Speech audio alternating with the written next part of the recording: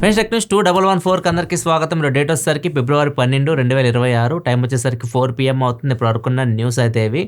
Bloomberg చెప్తున్న report ప్రకారం చూస్తే MacBook next generation MacBook Pro models March 2వ తారీఖు రాబోతున్నారు చెప్తున్నారు. ఆల్రెడీ M5 చిప్తో వచ్చేసింది Max, M5 Pro, M5 Max ఈ ప్రాసెసర్స్ అయితే నెక్స్ట్ మ్యాక్బుక్ ప్రోస్ అయితే వస్తాయి మార్చి 2వ తారీఖు అని చెప్తున్నారు. బ్లూంబర్గ్ చెప్పిందంటే మోస్ట్లీ పెద్ద సంస్థ కాబట్టి తీసుకొని రావచ్చు. అండ్ దీంతో పాటు చాలా మంది బడ్జెట్ లో కూడా మ్యాక్బుక్ కొనాలని చూస్తూ ఉంటారు కదా, వీళ్ళ కోసం బడ్జెట్ లో మ్యాక్ వస్తుంది అని చెప్పేసి మనకి చాలా కాలం నుంచి రూమర్స్ వినిపిస్తున్నాయి. ఒక 50,000 ఆ రేంజ్ లో అనుకోండి. ఇంకా మన ఇండియన్ కరెన్సీలో చూసుకుంటే దీనిలో ఐఫోన్లో యూస్ చేసే ప్రాసెసర్ యూస్ చేస్తారు. ఐఫోన్ 16 Pro Max లో ఏదైతే ప్రాసెసర్ ఉందో Apple A18 Pro chip, so ఈ చిప్ తో తక్కువ రేట్లో LCD డిస్ప్లేతో మ్యాక్బుక్ తీసుకొస్తారని చెప్పేసి కూడా రూమర్స్ అయితే వస్తున్నాయి. సో దీన్ని కూడా దీంతో పాటు తీసుకొని రావచ్చు. చూద్దాం మరి ఎన్ని తీసుకొని వస్తారో, మార్చి 2 వరకు వెయిట్ చేసి తెలుస్తుంది.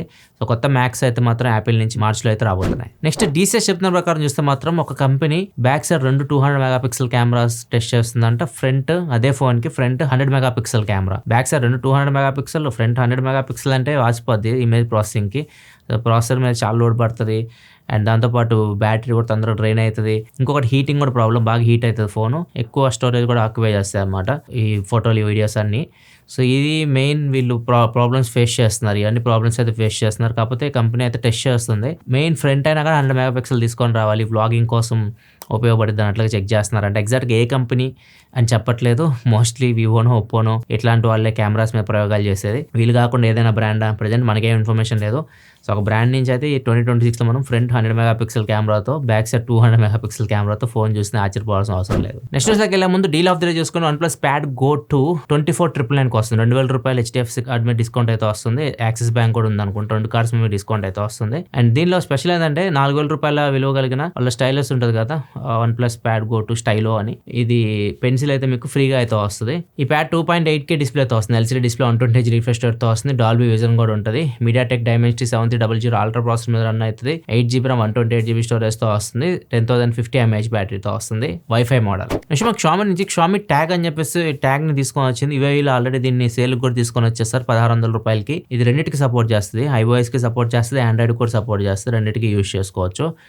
మిగతా దేశాలకు మరి ఎప్పుడు తీసుకొస్తారు లేదు కానీ ప్రజెంట్ అయితే ఇది UAEలో సేల్కి వచ్చింది. నెక్స్ట్ లెక్సర్ అనే కంపెనీ, వీళ్ళు స్టోరేజ్ డివైజెస్ తయారు చేస్తూ ఉంటారు. మెమరీ కార్డులు, హార్డ్ డిస్క్ ఇట్లాంటివి తయారు చేస్తూ ఉంటారు. వీళ్ళు ఒక హార్డ్ డిస్క్ తీసుకొని వచ్చారు. దీన్ని మనం NFC-తో లాక్ చేయొచ్చు. మన ఫోన్ ఉంటుంది, మన ఫోన్ NFC-తో దీన్ని లాక్ చేసేయచ్చు. ఒకవేళ దీన్ని ఎవరైనా యాక్సెస్ చేయడానికి ట్రై చేశారనుకోండి, మనం ఏదైనా సిస్టమ్ కానీ దేనికని పెట్టారనుకోండి, హార్డ్ డిస్క్ తీసుకెళ్ళి మన ఫోన్తో దాన్ని అన్లాక్ చేస్తే కానీ NFC సహాయంతో ఈ హార్డ్ డిస్క్లో ఉన్న డేటా అయితే కనిపించదు మనకి.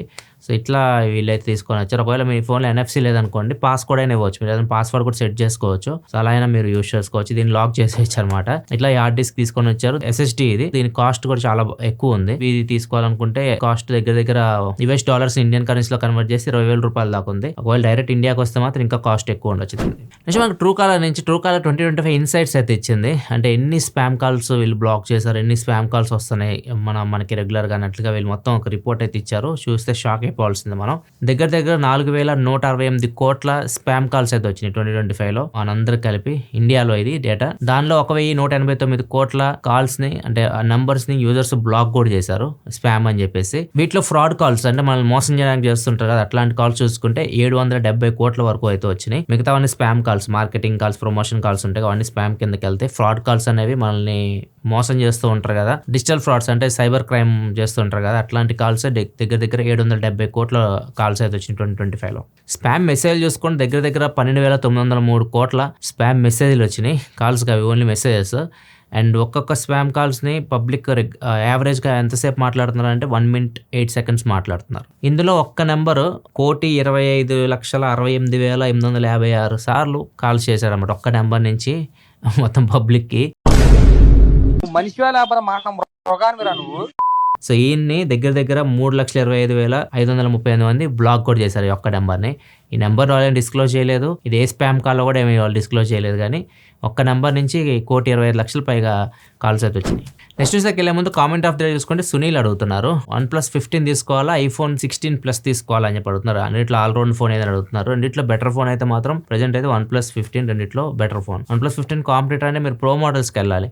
ఐఫోన్లో మీరు ప్రో మోడల్స్ తీసుకునే డబ్బులు ఉంటే మాత్రం ప్రో మోడల్స్కి వెళ్ళండి. ప్రో మోడల్స్ మీకు చాలా బాగుంటాయి. లేదు ఇప్పుడు iPhone 16తోనే కంపేర్ చేయాలంటే మాత్రం దాంతో కంపేర్ చేస్తే OnePlus 15 చాలా బెటర్ ఫోన్. నెక్స్ట్ మనకి రష్యాలో వాట్సాప్ని టెలిగ్రామ్ని బ్లాక్ చేశారు. రీజన్ వచ్చేసరికి వీళ్ళు కొన్ని రూల్స్ పెట్టారంట వాళ్ళకి, అవి వాళ్ళు యాక్సెప్ట్ చేయట్లేదు, అందుకని చెప్పేసి బ్లాక్ చేసినట్లు రష్యా గవర్నమెంట్ చెప్తుంది. అండ్ టెలిగ్రామ్ CEO దీనికి రియాక్ట్ కూడా అయ్యాడు. వీళ్ళు మమ్మల్ని యూజర్స్ డేటాను ట్రాక్ చేయడానికి అడుగుతా ఉన్నారు, మేము ఆ పర్మిషన్స్ ఇవ్వట్లేదు అని చెప్పేసి టెలిగ్రామ్ CEO చెప్తూ ఉన్నాడు. 8 సంవత్సరాల క్రితం ఇట్లానే ఇరాన్ లో కూడా మా బ్లాక్ చేసేసాడు, కాకపోతే చాలా మంది పబ్లిక్ APKs డౌన్లోడ్ చేసుకొని ఇన్స్టాల్ చేసుకొని యూజ్ చేస్తూ ఉన్నారు అండ్ వీటిని ఆపలేరు, ఇష్టం వచ్చింది చేసుకున్నట్లు టెలిగ్రామ్ CEO అయితే మాట్లాడుతూ ఉన్నారు. ఇంకొక వర్షన్ ఏంటంటే దీనికి రష్యా గవర్నమెంట్ ఒక యాప్ తయారు చేసింది, మ్యాక్స్ యాప్ అని చెప్పేసి.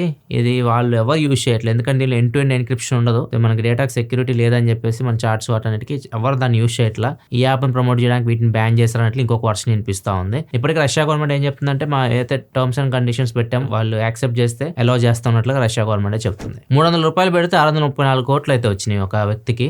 సో ఇది చాలా ఇంట్రెస్టింగ్ ఉంది కదా, $300 634 కోట్ల లైఫ్ సెటిల్. ఎప్పుడు జరిగిందంటే 1993లో ఒక వ్యక్తి, ఇతని పేరు వచ్చేసరికి ఆర్సైన్ ఇస్మాయిల్, ఇతని ఇనీషియల్స్ గుర్తుపెట్టుకోండి, AI అని ఉన్నాయి. షార్ట్ కట్స్ పెట్టుకుని ఉంటాం కదా మన నేమ్స్ కి, like VD and Vijay Deverakonda, PD Prasad Deverakonda, లేకపోతే అల్లు అర్జున్ అని చెప్పేసి ఇట్లా రకరకాలుగా షార్ట్ కట్స్ మన చిన్న నేమ్స్ పెట్టుకుంటాం కదా, అట్లా అతను నా నేమ్ AI అని చెప్పి వచ్చిందని చెప్పేసి AI.com అని చెప్పి డొమైన్ కొన్నాడు 1993లో. ఇతని వయసు 10 సంవత్సరాలు ఉన్నప్పుడు. మరి మనోడికి ఆలోచన ఎలా వచ్చిందో కానీ వాళ్ళ మమ్మీ క్రెడిట్ కార్డు యూజ్ చేసుకొని డొమైన్ కొన్నాడు, $300 పెట్టుకున్నాడు డొమైన్ని. ఇప్పుడు ఆ డొమైన్ని చాలా మంది కొనడానికి ముందుకు వస్తున్నారు. ఒక అతను 634 కోట్లు ఆఫర్ ఇచ్చారు, ఈయన తర్వాత కూడా చాలా మంది వచ్చారంట, 900 కోట్లు కూడా ఇస్తామని చెప్పేసి. ఈయన ఫస్ట్ వచ్చాడు కాబట్టి ఇతనికి అమ్మేశాడు 634 కోట్లు. అది కూడా క్రిప్టో కరెన్సీ రూపంలో ఇతనికి డబ్బులు అయితే ఇస్తారు వీళ్ళు. ఇది కొనింది వచ్చేసరికి క్రిస్ మార్జలెక్, ఇతను సింగపూర్ లో Crypto.com అనే కంపెనీ నడుపుతుంటారు అనమాట. ట్రేడింగ్ లైక్ క్రిప్టో ట్రాన్సాక్షన్ జరిగితే కమిషన్ రూపంలో డబ్బులు వస్తూ ఉంటాయి అనమాట.